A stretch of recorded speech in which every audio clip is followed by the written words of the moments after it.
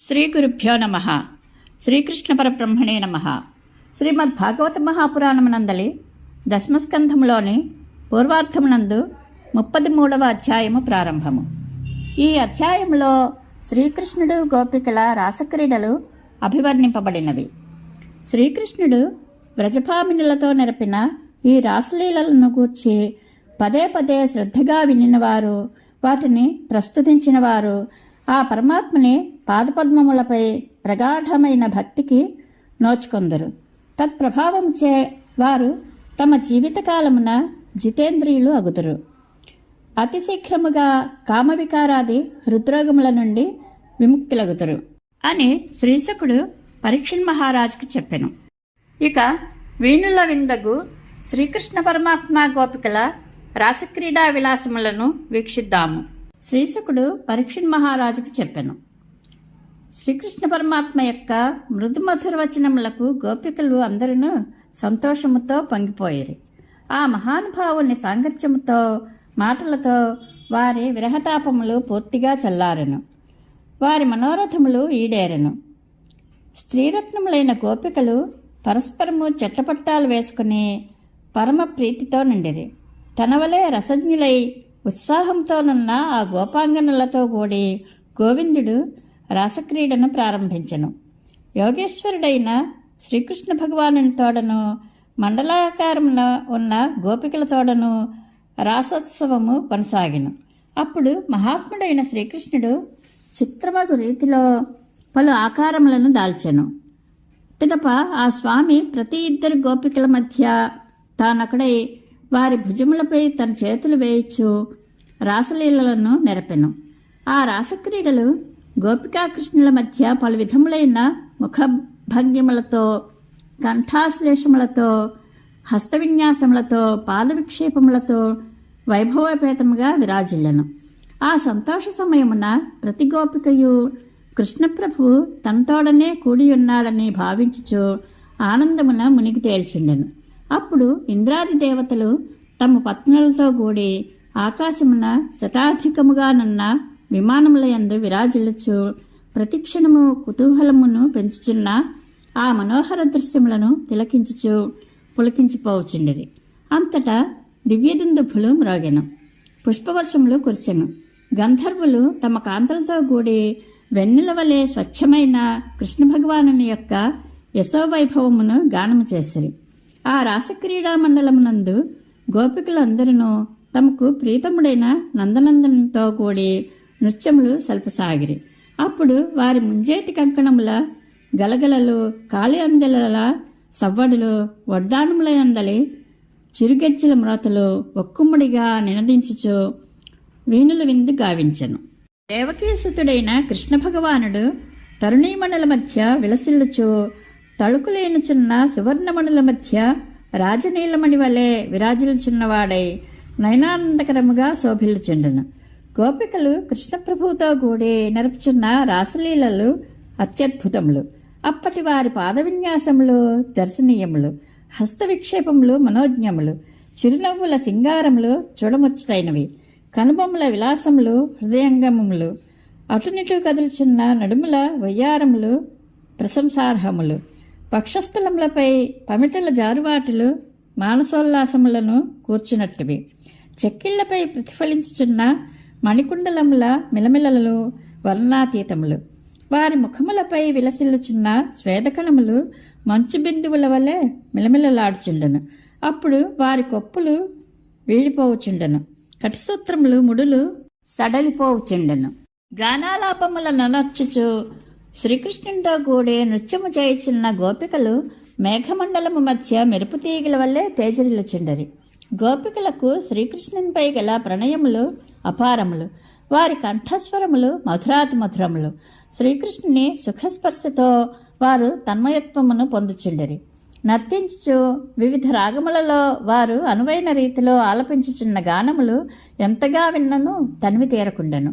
ఆ గానాలాపనలు విశ్వవ్యాప్తములై నేటికిని వినిపించుచున్నవనట ఏమాత్రము అతిశయోక్తి కాదు. ఒకానొక గోపిక కృష్ణునితో కంఠము కలిపి పాడెను. కానీ సప్తస్వరములను వివిధ తాళగతులతో వేర్వేరు రాగములలో ఆరోహణ అవరోహణ క్రమములను నడుపుచు గానము చేయుచున్న కన్నయ్య రాగంతో కలిసి పాడకుండా ఆమె ఉచ్చైశ్వరంతో గానము చేసెను. అప్పుడు ఆయన సంతోషించి బాగు బాగు అనుచు ఆమెను మెచ్చుకొనెను. వేరొక గోపిక అదే రాగమును ధ్రువతాళమున పాడెను. దానిని కూడా ఆ స్వామి ఎంతయో కొనియాడెను. మరి యొక్క గోపాంగన రాసలీలా నృత్యమునొచ్చుచు మిగుల అలసిపోయెను. అప్పుడు ఆమె ముంజేతి కంకణములో కొప్పున అలంకరించుకొనిన పూలమాలలు జారిపోవచ్చుండెను. ఆ సమయమున మిగుల బడలియున్న ఆ గోపిక తన ప్రక్కనే ఉన్న శ్రీకృష్ణుని భుజమును తన చేతితో పట్టుకొనెను. మంచిగంధపు లేపనములతో ఒప్పుచున్న శ్రీకృష్ణుని బాహువు కలువల సువాసనలను వెదజల్లుచుండెను. శ్రీకృష్ణుడు తన మృదుహస్తమును ఒక గోపిక భుజంపై వేయగా ఆ కరసుఖస్పర్శకును దాని పరిమళముల గుబాళింపులకును పులకించిపోవచ్చు ఆమె పారవస్యంలో ఆ ప్రభువును ముద్దాడెను. ఒక గోపిక నాట్యం చేయుచుండెను. అప్పుడు కదలాడే కుండలముల కాంతులు తన గండస్థలములపై ప్రతిఫలించుచుండగా ఆమె మనోహరముగానున్న తన చెక్కిలితో శ్రీకృష్ణ ప్రభువు యొక్క చెక్కిలిని స్పృశించెను. అందులకు ఆ స్వామి తన తాంబూల చరివితమును ఆమెకు ప్రసాదించెను. ఒక గోపకాంత హాయిగా గానము చేయుచు చక్కగా నృత్యము చేయుచుండగా ఆమె ధరించిన కాళియందెల్ల సవ్వడులు మొలనూలు యొక్క సన్నని ధ్వనులు మృదుమధురముగా నినదించుచుండెను. అంతటా బాగుగా అలసిపోయిన ఆ గోపిక శ్రీకృష్ణుని యొక్క సుఖకరమైన చల్లని కరకమలములను తన వక్షస్థలమున చేర్చుకుని హాయిని పొందెను. లక్ష్మీదేవికి ప్రాణవల్లభుడైన శ్రీహరిని తమ ప్రియునిగా పొందిన గోపికలు ఎంతయో భాగ్యశాలినులు. అంతేకాదు ఆ స్వామి యొక్క కౌగిలి సుఖములకు నోచుకునిన వారి అదృష్టమే అదృష్టము. అట్టి గోపవనితలు ఆ ప్రభువును బహుధా కొనియాడుచు రాసలీలా విహారములు సలిపిరి. పరీక్షణ్ మహారాజా ఆ రాసలీలా విహారముల యందు గోపవనితలు కృష్ణ భగవానునితో గూడి సంతోషముతో నృత్యముల నచ్చిరి. అప్పుడు వారి ముఖములు కర్ణముల యందు అలంకృతములైన కలువలతో చూడముచ్చట గొల్పెడి ముంగురులతో చెక్కిళ్లపై గల స్వేదబిందువులతో శోభిల్లుచుండెను. వారి యొక్క ముంజేతి కంకణముల గలగలలు కాళి అందెల రవములు ఆ నాట్యములకు వాద్యములు కాగా మధుర ఝంకారములను ఆలపించుచున్న తుమ్మెదలే గాయకులుగా ఆ రాసలీల రసవంతముగా రంజిల్లుచుండెను. అప్పుడు ఆ గోపికల యొక్క కేశముల యందు అలంకృతములైన పూలమాలలు చెదరి జారిపోవచుండెను.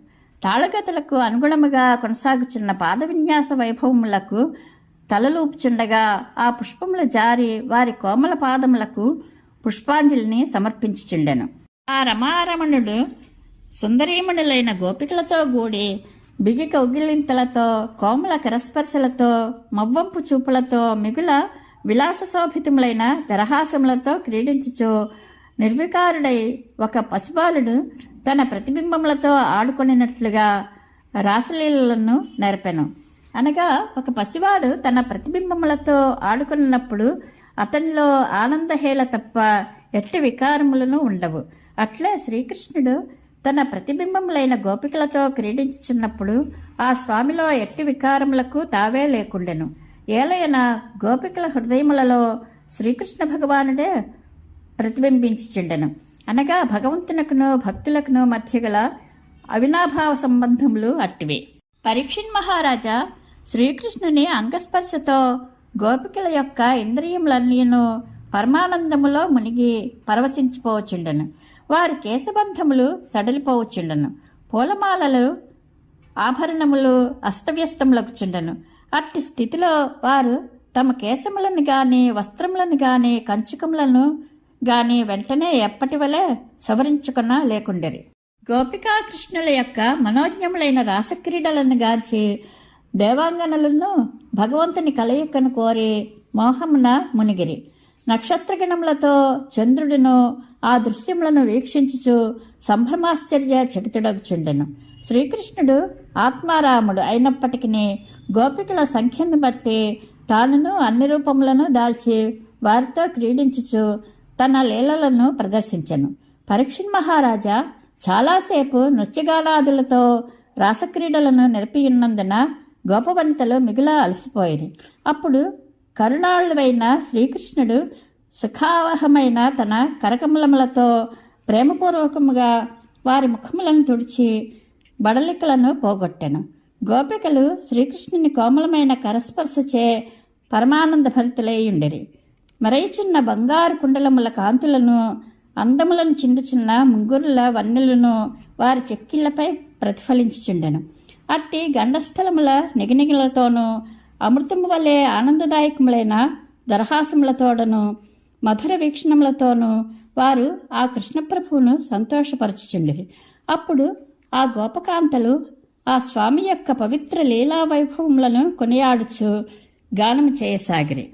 వప్రక్రీడతో అలసిపోయిన గజరాజు ఆడు ఏనుగులతో కూడి నదీ జలములలో ప్రవేశించినట్లు రాసక్రీడతో మిగిల అలసిసలసి ఉన్న శ్రీకృష్ణుడు గోపకాంతలతో కూడి తమ బడలికలను తొలగించుకొనుటకై యమునా నదీ జలములలోనికి దిగెను. అప్పుడు గోపికల అంగముల రాపిడిచే శ్రీకృష్ణుని మెడలోని పూలమాలలు మిగిల నలిగి వారి వక్షస్థలముల యందలి కుంకుమల సంస్పర్శచే రాగరంజితములై ఉండెను. వాటి పరిమళములకు ఆకర్షితములైన తుమ్మెదలు గంధర్వగానము వలె మధుర ఝంకారములనర్చుచు వారిని అనుసరించుచుండెను.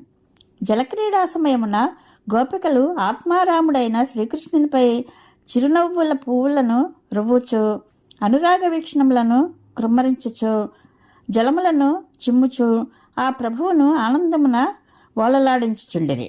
ఆ స్వామియు అట్లే వారిని సంతోషసాగరమున తేలియాడ చేయుచుండెను.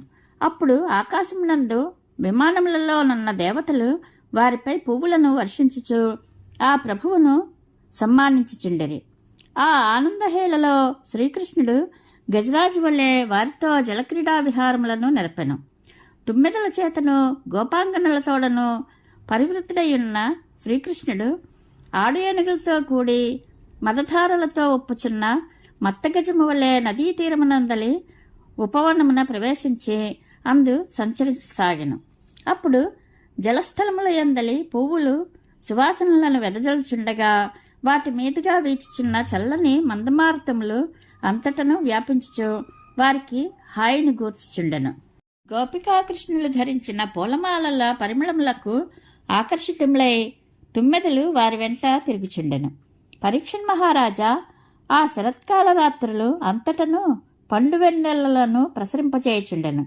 అవి కావ్యమునందు శరత్కాలమును వర్ణించిన సరస సామగ్రితో ఒప్పుచు మనోరంజకముగా అలరార్చుండెను. అట్టి సుఖావహములైన రాత్రులయందు సత్యసంకల్పుడు జితేంద్రియుడు అయిన శ్రీకృష్ణుడు తనను అనురాగముతో మురిపించుచున్న యువతీ లలాములతో కూడి ఆ ఉపవనమున సంతోషముతో విహరింపసాగెను. పరీక్షణ్ మహారాజు సుఖమహర్షితో ఇట్లు పలికెను. సుఖమహర్షి, జగన్నాథుడైన శ్రీహరి తన అంశయైన బలరామునితో కూడి అధర్మమును రూపుమాపుచు ధర్మ పరిరక్షణకై అవతరించిన కదా. మహాత్మా శ్రీకృష్ణుడు ధర్మమును నిర్దేశించువాడు, ధర్మమును నడుపువాడు, అంతేకాదు ధర్మస్వరూపుడు, సత్కర్మలను నెరపుచుండువాడు, ధర్మమును బోధించుటకును దానిని పరిరక్షించుటకును కారుణ్యముతో భూతలమున అవతరించినవాడు కదా. అట్టి పరమపురుషుడు పరసతులతో కూడియాడుట ధర్మవిరుద్ధము కదా. ఆప్తకాముడైన ఆ పురుషోత్తముడు ఇట్టి విరుద్ధమైన కార్యమునకు పాల్పడుట ఏపాటి ధర్మము? దయతో నా ఈ సంశయమును తొలగింపుము అని అడిగాను. శ్రీశుకుడు ఇట్లు వివరించెను. మహారాజా, సర్వసమర్థులైన తేజోమూర్తులు అలౌకిక దృష్టితో ధర్మవిరుద్ధములగు సాహసకృత్యములను నెరపుచుండుట అచ్చటచ్చట కనబడుచుండును. అయితే లౌకిక దృష్టితో చూచిన వారికి అవి ధర్మవిరుద్ధములుగా తోచవచ్చును. కానీ అందులో దోషారోపణకు ఆస్కారమే ఉండదు. ఏలయన అగ్ని హేయములు అహేయములు అగు పదార్థములను అన్నిటినీ భక్షించుచున్నను ఆయనకు ఎట్టి మాలిన్యము అంటుటలేదు కదా. తేజామూర్తుల శక్తి సామర్థ్యములు కూడా అట్టివే. సామాన్యుడు ఇట్టి కార్యమును గూర్చి మనస్సులో కూడా సంకల్పింపరాదు. మూర్ఖత్వముతో అట్లు చేసినచో అతడు నశించుట తథ్యము. సర్వేశ్వరుడైన శంకరుడు సముద్రము నుండి పుట్టిన హాలాహల విషమును పానము చేసినట్లు అసమర్థుడు చేసినచో తక్షణమే అతడు భస్మమగును. పరీక్షణ్ మహారాజా, పరమేశ్వరుడు మొదలగు వారు సర్వసమర్థులు. వారు పలికిన మాటలు సర్వదా సత్యములే, అవి అనుసరింపదగినవే. కానీ వారి ఆచరణలు మాత్రము అప్పుడప్పుడు మాత్రమే అనుసరింపబడును. కనుక బుద్ధిమంతుడు వారి ఉపదేశములకు అనుగుణముగా ఉన్న ఆచరణలను మాత్రమే అనుసరించును. మహారాజా, దేహాత్మాభిమానం లేని వారు అహంకారరహితులై ఉందరు. వారు వనర్చడి శుభకర్మల వలన వారికి సంసార సంబంధమైన స్వప్రయోజనం ఏమాత్రమూ ఉండదు. అశుభకర్మల వలన ఎట్టి హానియు కలగదు. వారు చేయనట్టి శుభాశుభ కర్మలన్నీను లోకోపకారార్థమే. ఏలయన్నా అట్టి మహానుభావులు స్వార్థములకును అనర్థములకును అతీతులై ఉందరు. వారికే కుశలాకుశల కర్మ ప్రయుక్తములైన సుఖదుఖాది సంబంధములు లేనప్పుడు పశుపక్ష్యాదులు, మానవులు, దేవతలు మొదలగు చరాచర జీవులకు ఏకైక స్వామి అయిన ఆ పరమాత్మని విషయమున ఇది శుభము, ఇది అశుభము అని చెప్పవలసినది ఏముండును? మహాత్ములైన సనకసనందాది మహామునులు ఆ శ్రీహరి పాదపద్మముల రేణువులు సేవించుట వలన పరమానంద భరితులగుదురు. వారు ఆ స్వామి అనుగ్రహముచే లభించిన యోగశక్తి ప్రభావమున సమస్త కర్మబంధముల నుండి విముక్తులగుదురు. పిదప వారు లౌకికమైన వ్యవహారములకు అతీతులై మసలుకొనుచుందురు. తన పాదరేణువుల స్పర్శ చేతనే మహాయోగులకును ముక్తిని ప్రసాదించినట్టివాడు తన ఇచ్ఛచే దేహమును స్వీకరించి అవతరించినట్టే ఆ ప్రభువునకు కర్మబంధము ఎట్లుండును? సర్వసాక్షియకు భగవానుడు గోపికలకు, వారి భర్తలకు మాత్రమే గాక సకల ప్రాణులకు కూడా అంతర్యామి అయి ఉన్నాడు. ఆయన ఈ లోకమునందు తన లీలలను నెరపుటకై దేహమును స్వీకరించెను. పరమేశ్వరుడు సకల ప్రాణులను అనుగ్రహించుట కొరకే మానవ దేహమును ధరించెను. కావున ఆ దేహమునకు తగినట్టి లీలలనే ప్రకటించెను. అట్టి లీలా వైభవములను విన్నవారు భగవత్పరాయణులు అగుదురు. గోకులవాసులకు జనులకు శ్రీకృష్ణుని ఎడల దోషబుద్ధి కలుగనే లేదు. ఏలనన్న ఆయన యోగమాయచే మోహితులైన వారికి తమ భార్యలు తమ ప్రక్కనే ఉన్నట్లుగా తోచెను. ఇంతలో బ్రాహ్మముహూర్తము ఆయను. వసుదేవుని కుమారుడు శ్రీకృష్ణుడు తనకు ప్రీతిపాత్రులకు గోపికలు వెళ్ళుటకు అనుమతినిచ్చెను.